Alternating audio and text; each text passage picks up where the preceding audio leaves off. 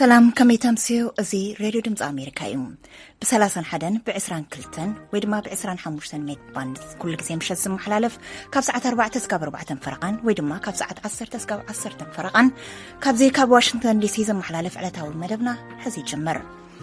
لو محموس 10 مسكرم كل تشحن 10 ويدما بأقوطاطر أوروبا 10 مسكرم كل تشحن 10 حدنيو صرف صايب من اللايم ساخم كسعنحين مدبنا بزينا خجمريو بمقصال أما بل 7 حفشاو وعلى بايتو حورات هاجرات نستساتفو مرحت أفريقيا زقبر ومدرز متصابزابار لنا بمقصال مون سمناوي مدبنا مدب مناسيك قصليو حزينا بزينا خسكركم قبر مدن قصليو تمسيو زينا كسمعكم أبي إثيوبيا كل الدوبوب زوبا دوبوب أمو وردا داسنج ربا أمو مليئو لعلي السسان كل التنشيح نبرتي كمز تمزابلون نسأقم كمز تقالعون تزاربهم من محدار زوبا دوبوب أمو ببعامتو يخصد زلو ناي أمو ربا حادقا معلقلاق بزلاقن مفتاح ناي تكللن ناي فدرال من منقستات عمسنعتز تمسرة سقوم تكوصلو كمزلوهم اتحاساسيبو يبل صبصاب يوناتان زبيوس كاب حواسا منقست أمريكا أستات 1 مليون متن كتابة كوفيد جونسون إثيوبيا وفيو لعلي 4.5 شح زقمت جونسون زبها الحانساب زوسد مرفق كتابة صار كوفيد 19 نمينستر عنا إثيوبيا كمز تركبه إمباسي إثيوبيا أبا ديس أبا أبزرق حجازيت مجلس فليتو التناي من رخخاب سنة سرعات أمانغو أمباسادر أمريكا أب إثيوبيا جيتا باسين مختل مينستر عنا سحر الله عبد اللهن أما أخذت عنا جان ميدائي تفسمو بزيكا اتدرو اتيزولو متن كتابت استات فرق مليون جونسون لومي اب إثيوبيا كاتون تثبت يقبر اتحاجز اكال تمم محدار بريزيدنت بايدن هاريس بمنقدي كوفاكس سقبر وزلو نايم بصح سراح مخانو وتمجلس يحبر ابتن نايم الرخخاب سنة سرعات استرخبا امباسادر باسي مزينا يلوم حاجز كتابت امريكا ني إثيوبيا زحجزتو متن كتابت ناب كلتنا 5 مليون كدي بنكالو اكال اتي امونغو كلته منغستات زلو زمدنا مخانو تقيسان لبدا كوفيد ابزي جمرلو نمكل خالو ابزوعل بوغن منغست أمريكا ني إثيوبيا كلته 100 مليون دولار حاجز تواهيبو من بارون اتمجلس يحبر امونغو مينستر عنا إثيوبيان منغست أمريكان ل10 عامت ابزي متاته ناي غزي سليدا ن 4 بليون دولار حاجز وعل كمزلو اتغازيت او مجلس يكملكتن كلو ازنايلو محاجزون اكل مخانو يحبر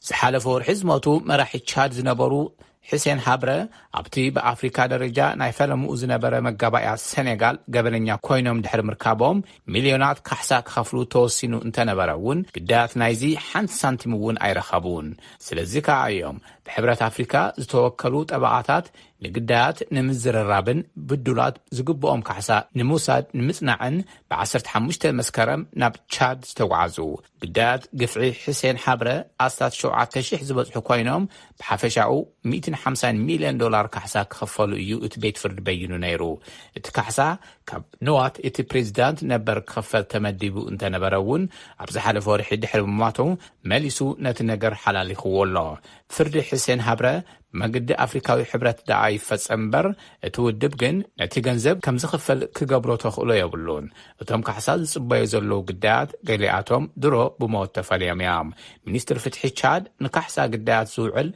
جنزب كواص مخانو أفلت الله تزواص جنزب نمول تزيد لمات أن شفن مخانو ردو أيهون بر تزبزح جنزب كابي كوهل المخانجن جنا زي تملس حتى يو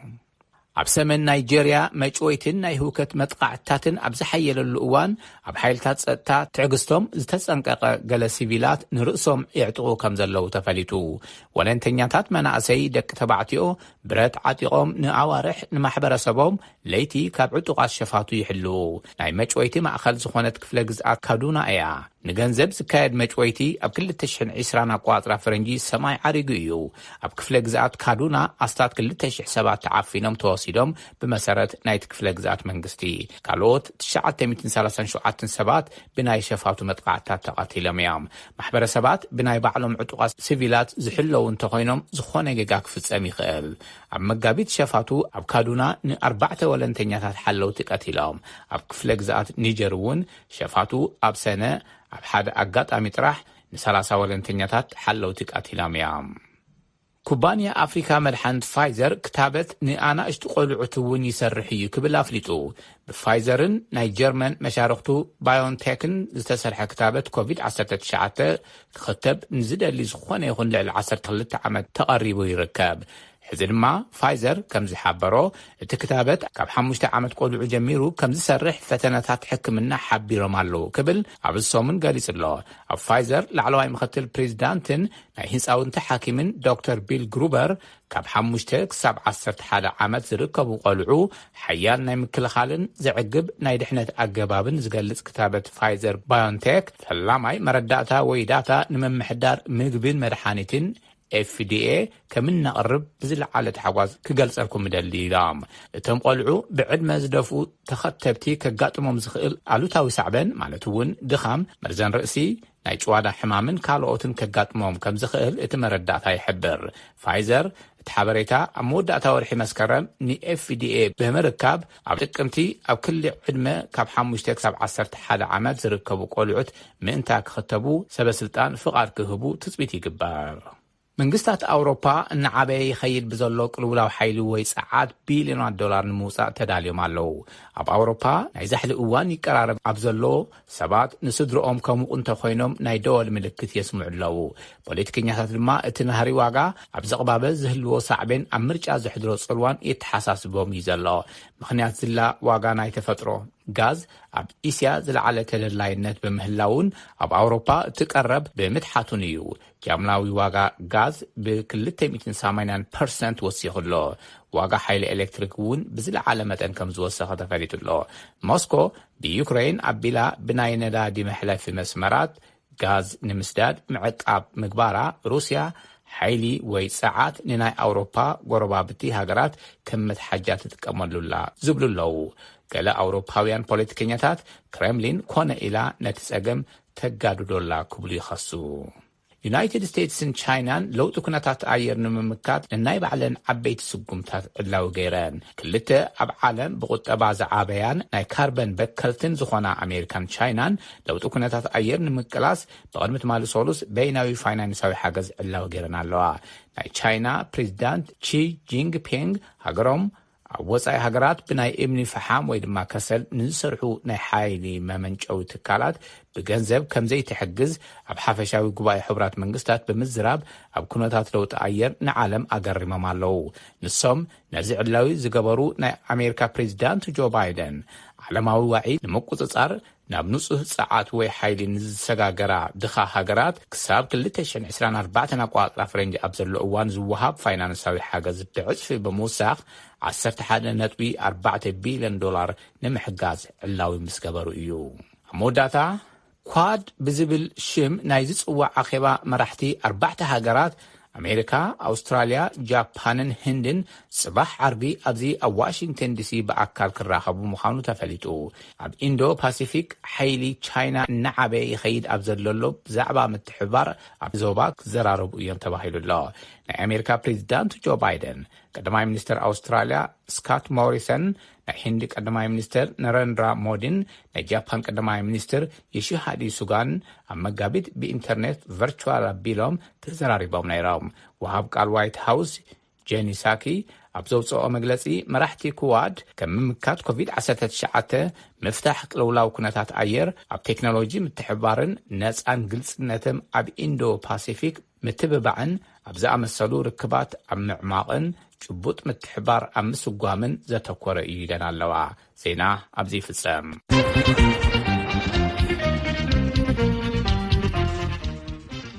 ነመስግን ገብረ እዚ ሬድዮ ድምፂ ኣሜሪካ እዩ ናብ ዝቕፅል መደብ ክንሰግር ኣብ መበለ 76 ሓፈሻዊ ባይቶ ሕብራት ሃገራት ሎሚ መደረ ከስምዑ ተሰሪዖም ዘለዉ መራሕቲ ኣፍሪካ መራሒ ደቡብ ኣፍሪቃ ክሪል ራማፎዛ እድሪስ ደቢ ናይ ጫድ ዮሪ ሙሴቬኒ ናይ ዩጋንዳ ይርከብዎም ምቅራሕ ክታበት ኮቪድ-19 ሓደ ካብ ዓበይቲ ዛዕባታት ዋዕላ ውድብ ሕቡራት ሃገራት ኮይኑሎ ትማሊ ብፕሬዚዳንት ጆ ባይደን ዝምራሕ ኣኼባ ካብ ዝተሳተፉ መራሕቲ ናይ ደቡብ ኣፍሪቃ ፕሬዚዳንት ክሪል ራማፎዛ ኣብ ኣፍሪቃ ዘሎ ብጽሒት ክታበት ፍትሓውን ሞራላውን ኣይኮነን ክብል ከሎ እሁሪ ኬንያታ ድማ ብተመሳሳሊ ጻውዒት ኣቕሪቦም ኣለዉ ነዚ ዝምልከት ጸብጻብ ኣለና ተወልደ ገብርኤል ካቕርቦ እዩ ከም ኣሜሪካ ዝበላ ሃገራት ንህዝብን ሕልፍን ትርፍን ክታበት ኮቪድ ኣብ ዝሓዛሉ እዋን ካልኦት ሃገራት ብዋሕዲ ቀረባት ክታበት ይሳቀያ ከም ዘለዋ እዩ ዝግለጽ ዘሎ።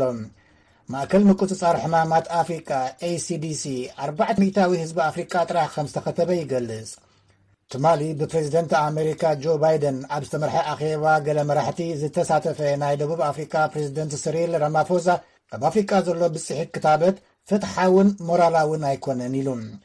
ኣብ ዓለም ካብ ዝተዋህበ 6 ቢልዮን ክታበት ኮቪድ ኣብታ 1.2 ቢልዮን ህዝቢ ዘለዋ ኣፍሪካ 200 ጥራይ ምውሃቡ ከም ዘሕዘነ እውን ገሊጹ።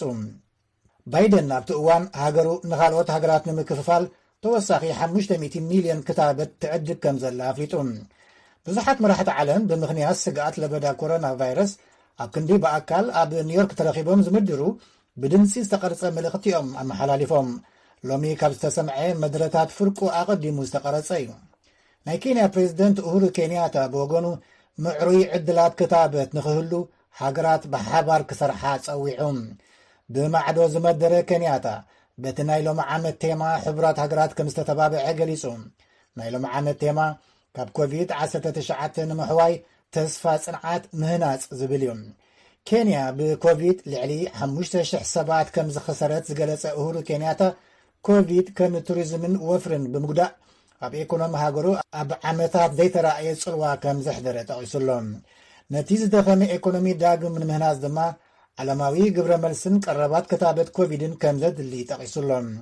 ኣብዚ ጉዳይ እዚ ዓለማዊ ስርዓት ኣይሰርሕን ዘሎ ዝበለ ኬንያታ ነቶም ጸገማት ንምፍታሕ ዝተኣተወ ቃል ብዙሕ ኣይተተግበረን እንተላይ ብባይቶ ጸጥታ ኢሉ። ዝመጽእ ወርሒ ኬንያ ፕሬዚደንትነት ባይቶ ጸጥታ ክትርከብ እያ። ኬንያ ፕሬዚደንት ባይቶ ጸጥታ ኣብ ትኾነሉ እዋን ብዙሓት ጉዳያት ከም እተልዕል ሓደ ካብኡ ድማ ኣህጉራዊ ማሕበረሰብ ብኸመይ ንብዙሕነት ክድንቕ ከም ዘለዎ ንህንጸት ሰላም ምስራሕን ብኸመይ ዘይሕጋዊ ምዝውዋር ኣጾራት ንወፍርታት ዓቃቢ ሰላም ይትንክፎ ከም ዘሎን ከምኡውን ንደቂ ኣንስትዮ ኣብ ምዕቃብ ሰላምን ህንጸት ሰላምን ክሳተፋ ከም ዘለዎን ሃገሩ ከም ትደፍኣሉ ኬንያታ ኣፍሊጡሎም። ብኻል ወገን ፕሬዚደንት ጋናን ኣቦ መንበር ኢካዋስን ናና ኣኩፎ ኣዶ ኣብቲ ዋዕላ ብኣካል ዝተረኸበ ክኸውን ከሎ ብፍላይ ዝሓለፈ 2 ዓመት ኣብ ዝማዕበላ ሃገራት ከይተረፈ ዲሞክራሲ ክጥቃዕ ርኢና ኣለና ኢሉን። ኣብ ጊኒን ማሊን ዝተገብረ ወታደራዊ ዕልዋ መንግስቲ ኣብ ምዕራብ ኣፍሪካ ንዴሞክራሲያዊ ስርዓት ዕንቅፋት እንተኾነ እኳ ማሕበረሰብ ምዕራብ ኣፍሪካ ኢካዋስ ኣብ ምዕራብ ኣፍሪካ ዴሞክራሲ ንምዕቃብ ብዕቱብ ከም ዝሰርሕ ኣፍሊጡሎም። ኣተሓሒዙ ድማ ኣፍሪካ ኣብ ጉጅለ 20 ሃገራት ከም ኣባል ክትኣቱ ግቡእ ክብል ጻውዒት ኣቕሪቡሎም መራሒ ጋና ኣብ ዋዕላ ሕቡራት ሃገራት ፕሬዚደንትነት ካብ ዝርከብ ንፈለማ እዋን ኣብቲ መድረኽ ቀሪቡ መደረ ዘስምዐ ጆ ባይደን ኣብ ሙሉእ ዓለም ብለበዳ ኮሮና ቫይረስ ዝተፈለዩ ልዕሊ 4 ሚልዮንን ፈረቓን ብምጥቃስ እቲ ኣጋጣሚ ንኣህጉራዊ ዓለማዊ ምትሕብባር ዝጽውዕ ምዃኑ ጠቒሱ ኣሜሪካ ካብቲ ቅድሚኡ ዝጸንሐ መሪሕነት ዝተፈለየ መስመር ክትክተል ምዃና ዘነጸረ መደረ ፕሬዚደንት ባይደን መደርኡ ኣብ ዓለማዊ ለበዳ ክሊማዊ ለውጢ ሰብኣዊ መሰላት ምዕባለ ቴክኖሎጂን ዘተኮረ እዩ ነይሩ። ሕጂ እንወስዶ ስጉምቲ ንወለዶታት ዝጸሉ እዩ ዝበለ ባይደን ምምሕዳሩ ነቲ ኣቐዲሙ ተበቲኹ ዝጸንሐ ኣሜሪካ ፈለማ ብዝብል ምጉድ ዘቐድም መርሓ ክቕይሮ ምዃኑ መደርኡ ዘነጽር እዩ ነይሩ። ገለ ካብቲ ፕሬዚደንት ባይደን ዝጠቐሶ ብሓይሊ ኣጽዋርን ሰራዊትን ዝፍታሕ ጎንፂ ስለ ዘየለ ምምሕዳሩ ኣብ ጽምዶ ርክባትን ዝምድናታትን ክሰርሕ ምዃኑ ምርኣዩ ነዚ ከም ኣብነት ዝጠቐሶ ድማ ምስሓብ ሰራዊት ኣሜሪካ ካብ ኣፍጋኒስታን እዩ።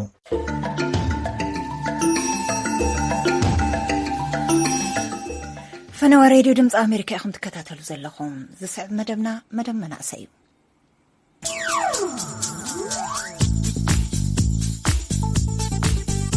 ኣብ ናይ ሎሚ መደብ መናእሰይ ንኽልተ ኣብ ስራሕቲ ሰብኣዊ ሓገዝ ዝተዋፈራ ደቂ ኣንስትዮ ኣብ ሱዳን መዕቆቢ ስደተኛታት ትግራይ በፂሐን ዝገበርኦ ስራሕቲ ዘላሊ እዩ ዝኸውን። ሳራ ፍሳሃየ ኣዳልያቶላ ናቡ ከስክረኩም።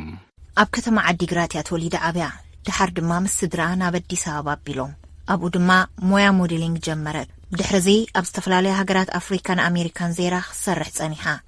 ንኸም ማይክል ኮርስ፣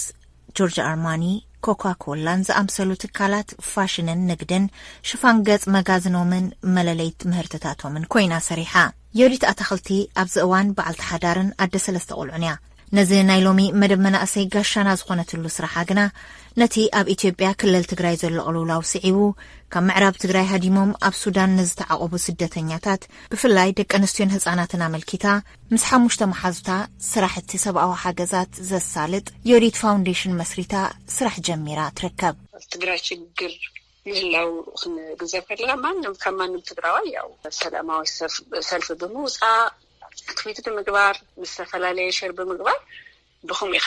የጀሚረ ማለት እዩ። ድሓር ግን ማለት ዓብይ ነገር እውን ኮይኑ ከይኾነ ከምጓነ ነሽተይቲ ማለት እዩ። እስቲ ኣነ ሓንታይ ካብኡ ንላዕሊ ተኽገብር ይኽእል ብዝብል ማለት እዩ። ንደቂ ኣንስትዮ ዲግኒቲ ኪድ ማለትም ቡታንትን ናይ ሞዴስን ማለት እዩ። ናይ ንጽህና ከምኡውን ሳሙናን ኢኻ ትሓስስ ሓደሽ ደቂ ኣንስትዮ ክሕግዝ ኦር 2,000 ክትጅምር እዮ ከለኺ immediate family, immediate friends, ኣካባቢ ካዘሎ ሰብ ብቴክስት ብምግባር ልዕሊ 9,000 ደቂ ኣንስትዮ ብምስብሳብ ብኣማዞን ሊንክ እናተጠቐመ ሰብ ገዚኡ ክሰብ ደለይ ናብ ገዛ ያው ይሰዶ ካብኡ ከዓ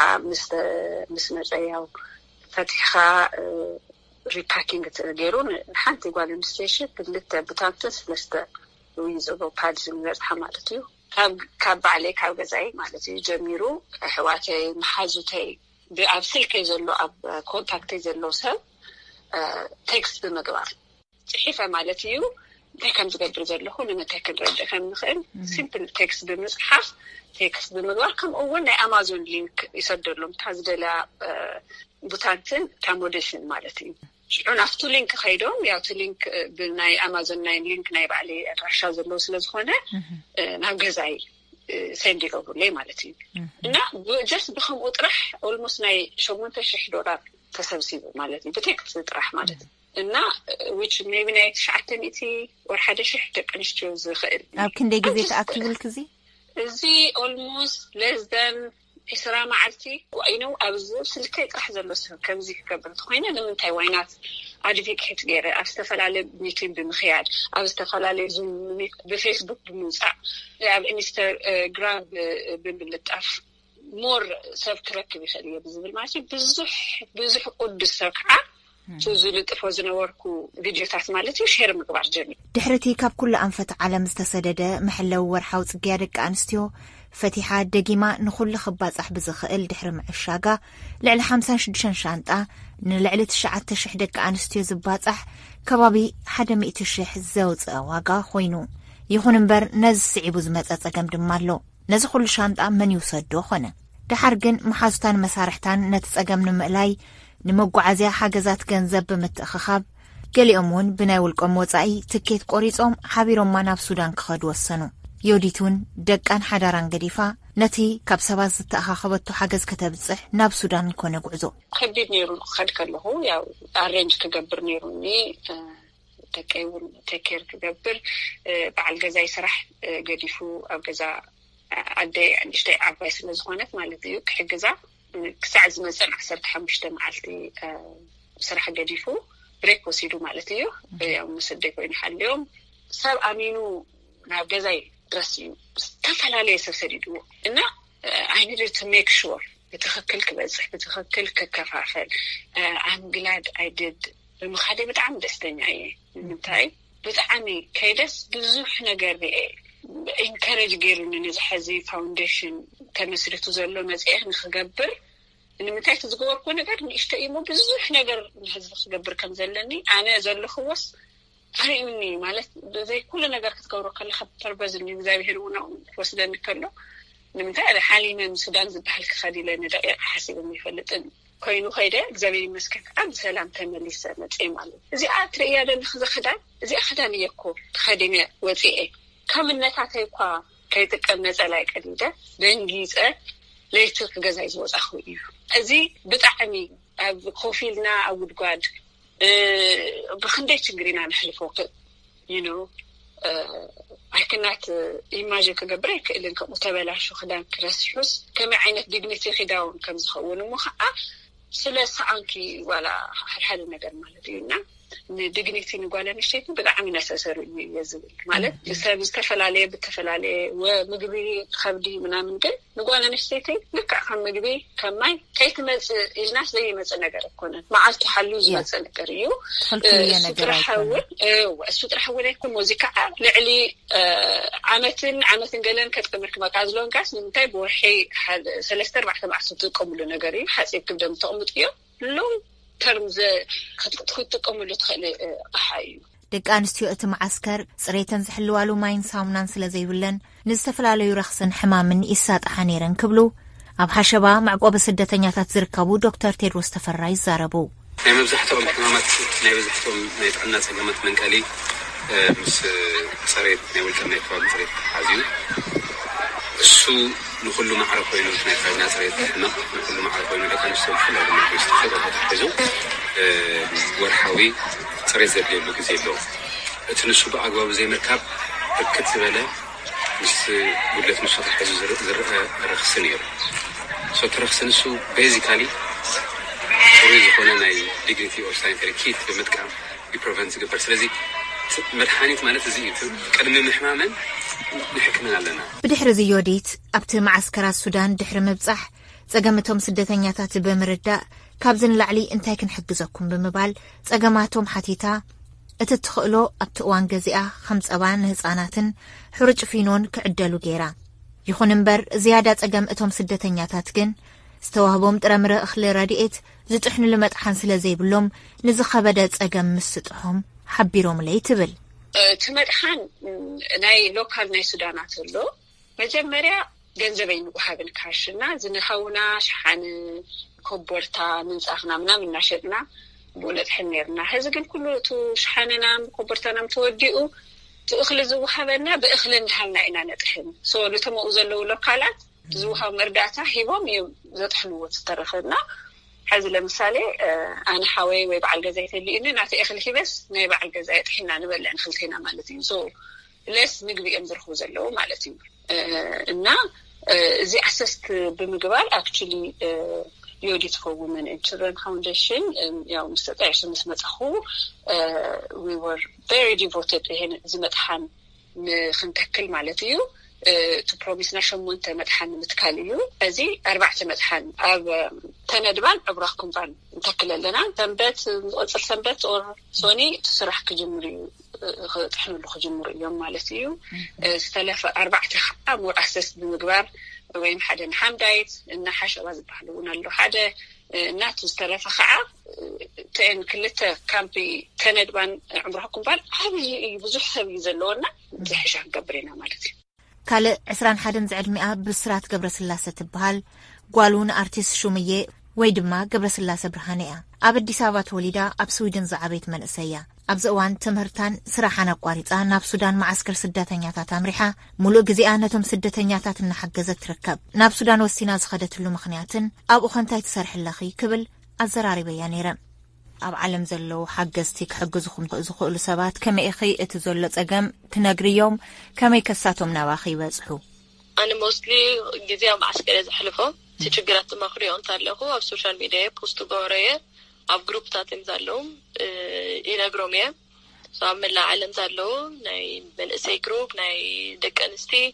ሪች ኣውት ገበሩለይ ናብዚ ትሓገዝ ድማ ያብስሐሎም እቲ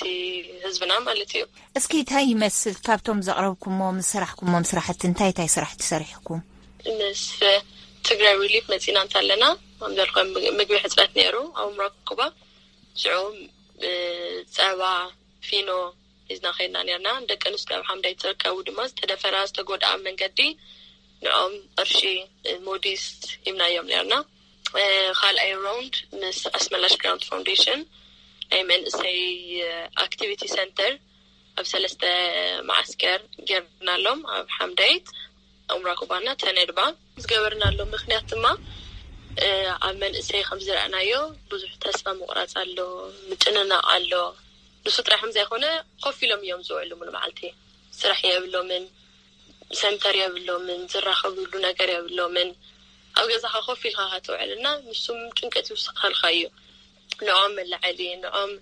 مزعين إخوانهم الناس activity center جرنا لهم እቲ ኣክቲቪቲ ሴንተር ድማ ሆል ሳውንድ ሲስተም ገዚእና ኣሎም ኪራር ስፒከራት ድራም ዝኸውን ካብዚ ሓሰብናዮ ላዕሊ እዮም ድማ ስራሕ ዝሰርሑ ዘለዉ ብጣዕሚ ታለንተድ ዝኾኑ መንእሰይ እዮም ብግጥሚ ብደርፊ ብድራማ ንኩሉ ህዝቢስ እንዳዘሩ ያጻውትዎም ያጽናንዕዎም ሞቲቬሽን ስፒች ይገብሩሎም ንመንእሰይ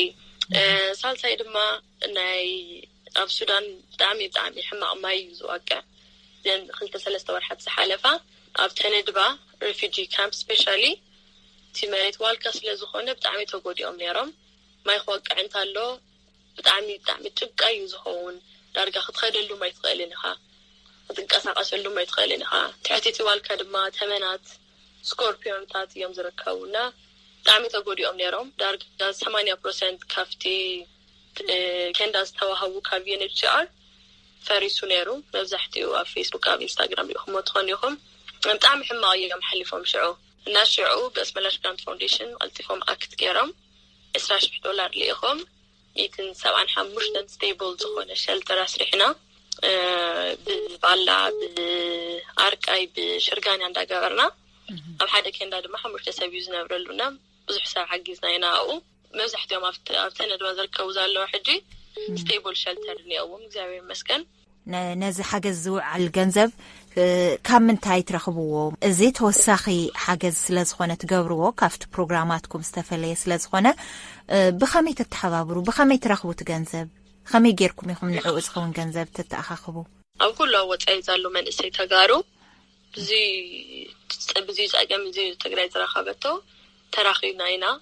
ብሶሻል ሚድያ ብኢንስታግራም ብፌስቡክ ናይ ባዕልና ኮሚኒቲ ፈጢርና ኢና መንእሰይ ኣብ ስዊድን ኣብ ኖርዌይ ኣብ ለንደን ኣብ ኩሉ ዓለም ዘለዉ ገለ ችግር ኣነ ባዕለይ ክፈትሖ ዘይኽእል ችግር ክፍጠር እንተሎ ኣብ ሶሻል ሚድያ ፖስት ገብረ እየ ከምዚ ፀገም ኣሎ እንታይ ንግበር ወይ ዋትሳፕ ግሩፕታት ይምንኤና ዝተፈላለዩ ኣብ መላእ ዓለም ዘለዉ መንእሰይ ኣብ ሼር ገብረሎም ከምዚ እኒኦ እንታይ ንገብር እንማኸር ፋንድሬዚንግ ንገብር ብፌስቡክ ብኢንስታግራም እንዳተራኸብና እንታይ ክንገብር ንኽእል ተባሂልና TYN ዝበሃሉ ኣለዉ ኣብ ሎንደን ትግራይ ዩዝ ኔትወርክ እና ኣብ LA ትግራይ ታይምስ እና ተጋሩ ሪቢልድ ትግራይ ዝብል ናይ መንእሰይ ብ3 መዓልቲ $33,000 ኣኪቦም ናይ ኡምራ ኮባ ችግር ከመይ ጌርና ንፈጥሮ ተባሂልና ከምኡ ሓጊዝና እኒአና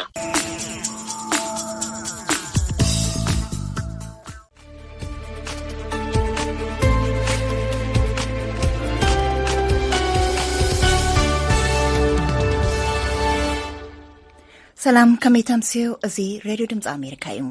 ብ31 ብ22 ወይ ድማ ብ25 ሜጋ ባንድ ኩሉ ግዜ ምሸት ዝመሓላለፍ ካብ ሰዓት 4 እስካብ 4 ፈረቓን ወይ ድማ ካብ ሰዓት 10 እስካብ 10 ፈረቓን